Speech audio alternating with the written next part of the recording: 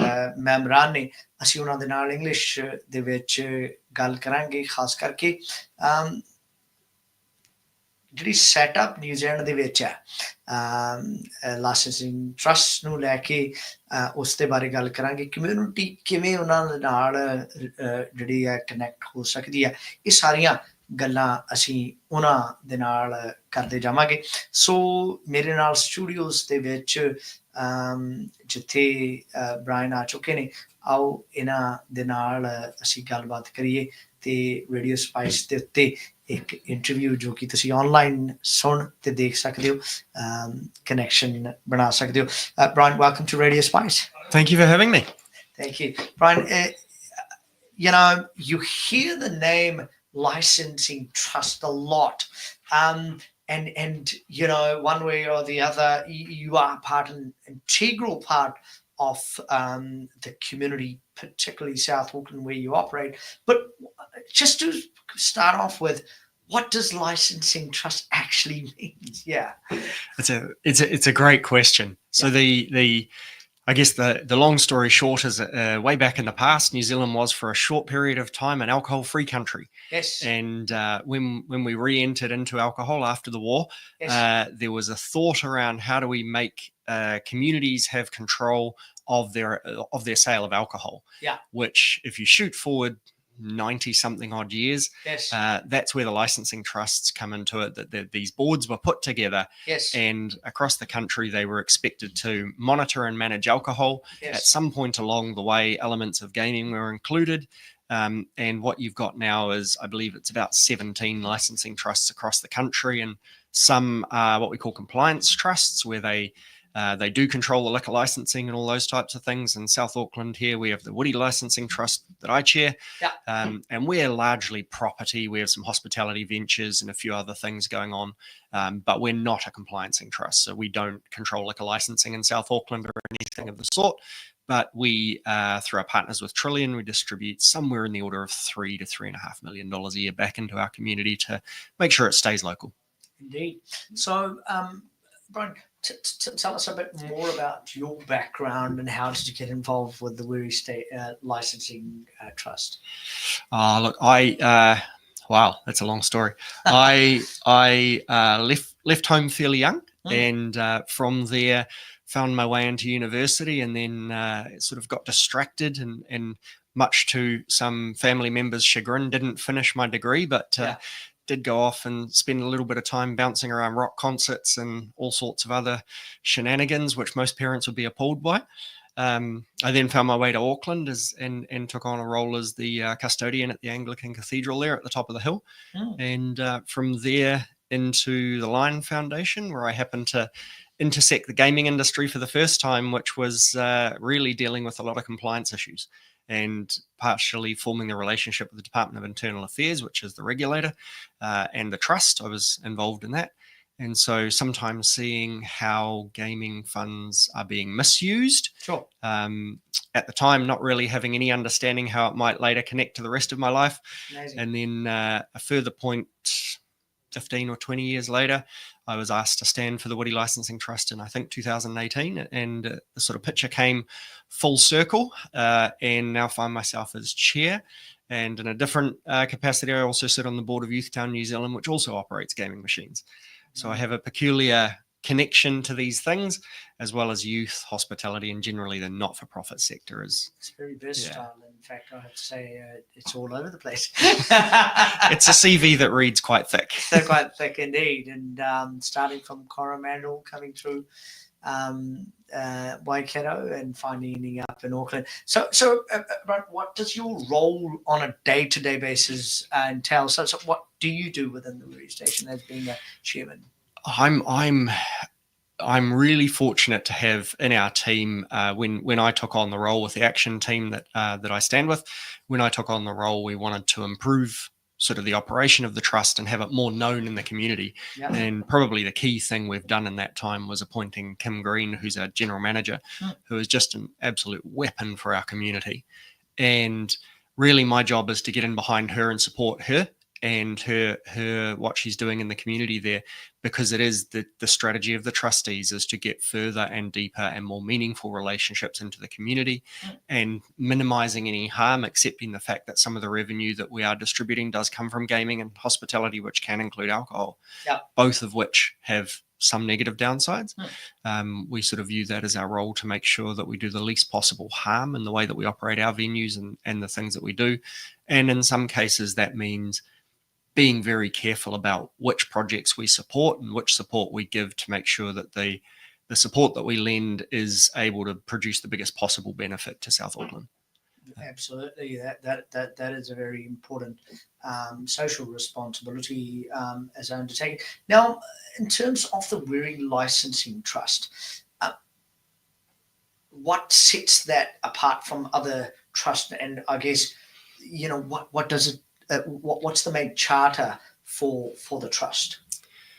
The Wiri Trust is a little different to a lot of the others, in that we are principally a property trust. We own some big chunks of commercial property. We, because peculiarly, licensing trusts are governed by the Sale of Alcohol Act. We have to have a liquor license, otherwise we're not allowed to be a licensing trust. And so we own Woodside here in Manukau. And in our case, I've just come back recently from the National Licensing Trust Conference a couple of weeks ago. And the thing that stands out for me about our trust is on the football fields on the weekends. It is at the seat games when those happen down at Bruce Pullman Park. We're there. We're in our community, and you'll see our board members, you'll see our trustees, our general manager are all present in the community. And I think that's a little different to some of the other bigger trusts who operate a more of a corporate model. We are working, and Kim and the team are working incredibly hard to find ways to get closer to the community and shorten the time between a request for support and our ability to action it. Other trusts, I think, because they're bigger, are looking at more sort of complicated ways to filter out the really meaningful applications, whereas in our trust, we would rather sit down at a rugby club and have a beer with a club president, understand their project, rather than use some form online to filter people out. I think that's a really big difference for us. We know our people in our community. We know the things that are happening, and we're lucky. It's a smallish community that we look after. It's a very deeper connection. Now, what about the balance as a trust maintaining between the profitability side of it and the mission to support the community? How do you guys maintain that? That's tough. That's really tough. We are essentially a community asset. A lot of our earned revenue outside of our commercial portfolio is from hospitality, and pick up the New Zealand Herald any day and you'll see there's hospitality operations closing down. And so off the back of the last couple of years, that's been really, really tough to keep the operation profitable. Indeed. It's taken a lot of big challenges. We've had to sell a piece of property, which allowed us to pay down a big chunk of debt, which I think for the long-term future of the trust, 20, 25 years down the line, the trust will be much, much better off for having paid off that piece of debt so that it can dig itself out of a hole that it used to be in. That's a long sight, indeed. Now, I know I've seen many Wiri Licensing Trust, projects realised in the community, in particular around Manurewa and Takanini. Now, which ones are the most impactful ones that have, from your point of view, the trust has supported in the recent years?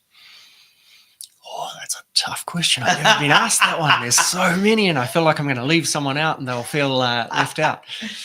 I think there's two. If I can be a little greedy, if I pick two, there's one that personally to me is amazing, and it was the brainchild of myself and Rick Pickard from Sir John Walker Find Your Field of Dreams.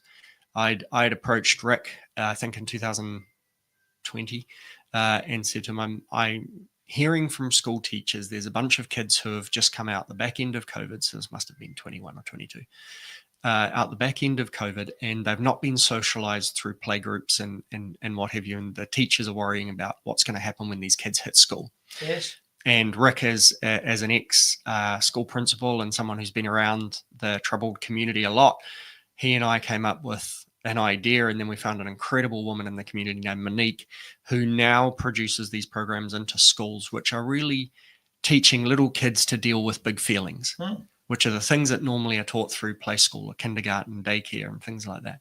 And that's been in so many schools through South Auckland now that it's incredible to see that project come to life. And if you can, a young child, these children are all under the age of, I think, 8. If you can move that needle 1 or 2 degrees for a young person at the age of 8, that's a lifetime impact. Amazing.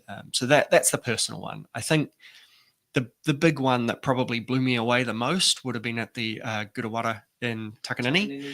That one, I think, when Daniel Newman approached me and said, I think we need to get in and have a look at this one. And it was my real first exposure to the culture and to what goes on around those temples, and really not having any understanding. It blew my mind. And then scale. Yeah, and to then sit with Daljit afterwards and talk about what actually happens around the temple and the centerpiece that it plays in the community is, I think, probably aspirational for some Western cultures, could learn a bit. But at the same time, coming from far north Māori culture myself, you can see some overlays in the Māori community evolves around the marae, and how some of those connections are made. So I think to be able to be part of the support, and our support was only little, it's a few $100,000 to help that kitchen expansion happen, but then to see what that enables and the lifespan that will have is always, it's pretty humbling to stand at the back of that and look at it. It's all free. Yeah. And it's done on a volunteer basis. Now, coming to that, while we've touched upon it, like the community engagement and the social responsibility, because those are the two, big caps you guys have to really, navigate through. So how does the trust actually decide, which project to support, and how do you guys kind of basically, get involved with local initiatives? We take two competing hats, if you like. One is there are some projects like the Gurawara which we decide we would like to support, and I think Daljit had reached out to Daniel, and those things stand on their own merits. You don't need to have too clever of a head to figure out that's a great asset for the community. And then there's always the smaller projects. And my, I guess, passion as chair is to try and bring more of the small communities to our house and to connect with people who might not have been. So if you look across the Wiri Licensing Trust Facebook pages and newsletters and things, we are always asking the community just to reach out.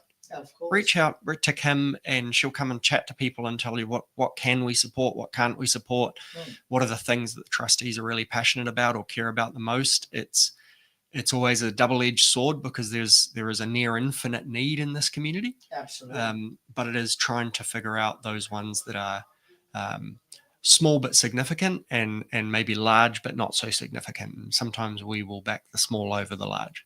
Indeed. And I guess in the thick of it all, right in the center place, it's actually the community that basically shapes the decisions that the trust undertakes. So, the impact and the decisions are essentially serving the needs and prioritizing the ones that align with the Wiri Licensing Trust. So, and also there are, as you said earlier, about the alcohol and the social harm side as well. So you need to, there's a lot of balancing act, isn't there, that comes into play. So how does the trust kind of navigate through that? Oh, it's tricky. It's really tricky. It really depends on where you fall a little bit on the spectrum of people should be allowed to do what they want and people should be protected from their own bad choices sometimes. Yeah. And I think my position is, it's legal. Yeah. It's not illegal, but we have a moral responsibility to do as little harm as possible. And that does mean that we work closely with the team that manage the gaming machines, and obviously we own the venues, so we have control over how people are looked after when they're in our venues. And I think that is really important, and being a bit more active and a bit more present in that is an improvement we've been able to make in the trust in the last few years, but it's also a legislative requirement for obvious reasons. But it is always in the back of your mind that these are not cost-free funds when we're making decisions about what goes where. Absolutely. And fundamentally, it's not our money. Indeed. It's Indeed. come from someone else. And once you weigh it that way, the imperative becomes very clear that you've got to make the most beneficial outcome you can. And talking to people like yourselves about things in the community are really instrumental to when we come to elections and we all have to get elected onto the boards. That's the community's chance to have their say. Indeed. And I guess, you got to have a strategy in mind. You got to have a business operation, which is very robust to. So I guess, what are the challenges in today's world, as you said, after the post-COVID and all of that? There are, everybody was impacted, and how did the Wiri Trust kind of managed all of that? I think probably the biggest challenge that's come out of COVID is really the fragmentation of communities. Everyone got so used to, and this is only my thinking and observation from being around the community, is everyone seems to be so much more separated now, and we a little bit have got used to being apart from each other, and some routines were broken. You talk to any school principal about the number of kids who just never came back to school, and they're out there now. And did they transition into the workforce or did they not? There's all of these things floating around. And I think for us at the Licensing Trust, the places where we can lend support is to things like, for this community, the Seek Games, the opportunities to bring people together and celebrate what is unique about our sport or our culture, our religion, or our artistic endeavors, or whether it's an orchestral thing. Those activities, whether it's at the Seek Games or an orchestral night and what have you, they're the binds in a community, they're the tendons that keep everyone connected.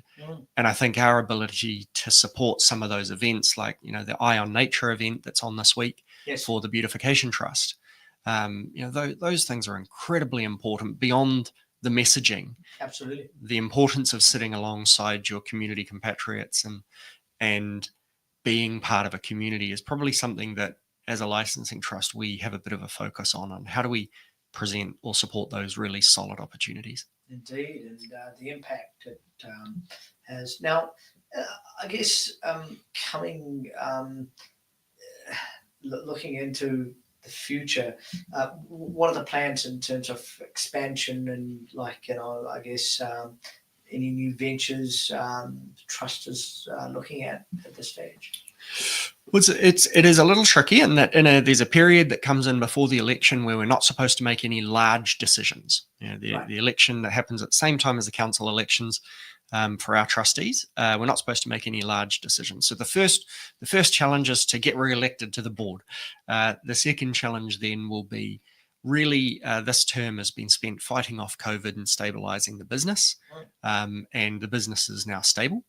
Now that we've stabilized it, it's a position of what does the licensing trust look like post gaming, and what does that future look like? And we would be one of probably 10 trusts around the country that are collectively having those conversations and thoughts around what's our role in the community if we accept that we don't want to be attached just to gaming and hospitality.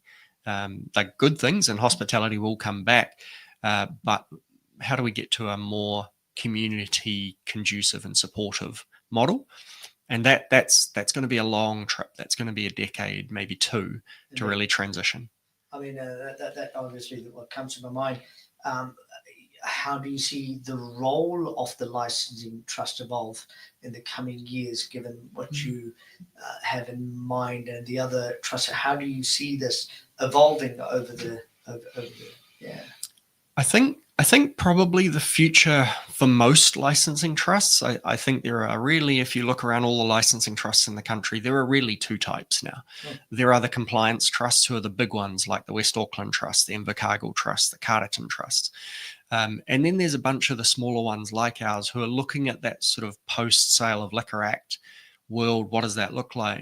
One of the licensing trusts owns, I think it's somewhere in the order of 500 community houses at the moment. They own hydro dams. They own all sorts of things which are generating profits, and then those profits are being regenerated into the community.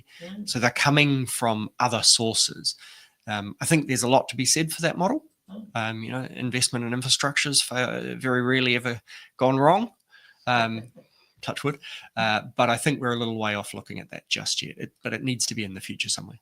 Brian, in terms of applying for, if somebody has a charitable status, what are the conditions and what are the rounds? What kind of projects they could apply for? So we have a partnership with Trillion Trust who look after our gaming machines for us. We are allowed to operate them ourselves by law and manage all of the funds, but it's quite complex and it would require a lot of staff salary, which is just wasted community fund. Sure. So we chose not to do that.